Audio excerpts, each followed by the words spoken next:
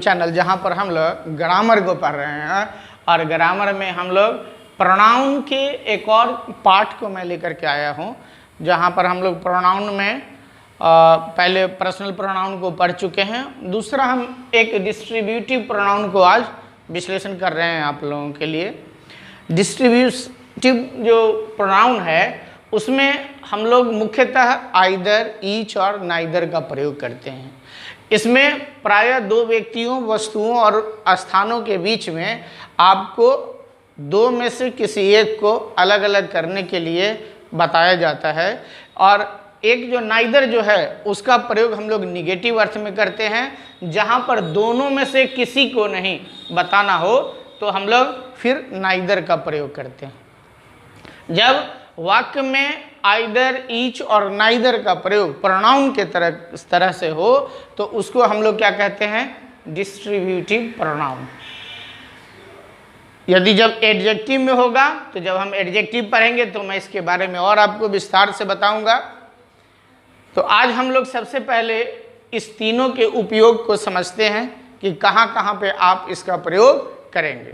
तो use of each, इसका प्रयोग प्रायः दो या दो से अधिक व्यक्तियों, वस्तुओं के लिए किया जाता है, लेकिन इसके साथ सदैव सिंगुलर वर्ब का प्रयोग होता है। याद रखिएगा, आइदर, नाइदर, ईच, एवरी और सारे बहुत ऐसे छोटे छोटे शब्द हैं, मैं उसको बाद में लिखाऊंगा आपके लिए।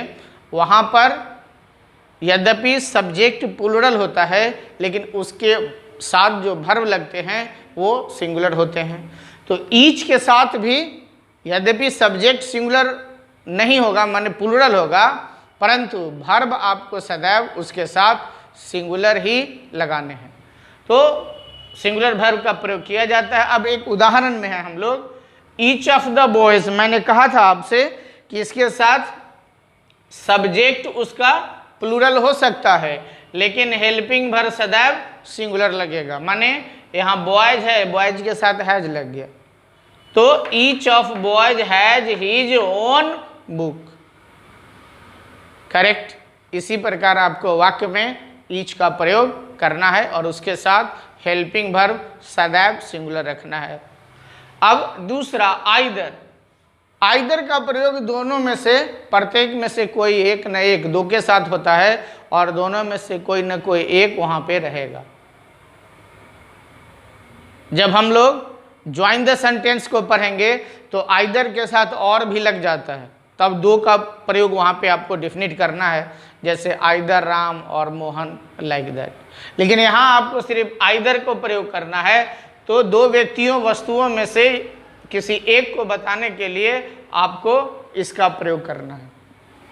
इसके साथ भी सेम कंडीशन है, सब्जेक्ट प्लूरल हो सकता है लेकिन वर्ब उसका सदैव सिंगुलर होगा, याद रखना है।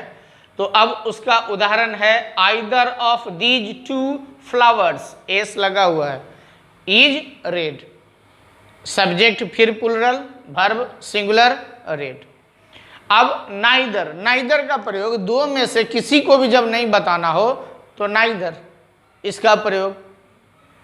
लेकिन जब ज्वाइन द सेंटेंस में चलेंगे तो नाइदर के साथ नॉर का प्रयोग भी होता है, वो हम लोग आगे पढ़ेंगे।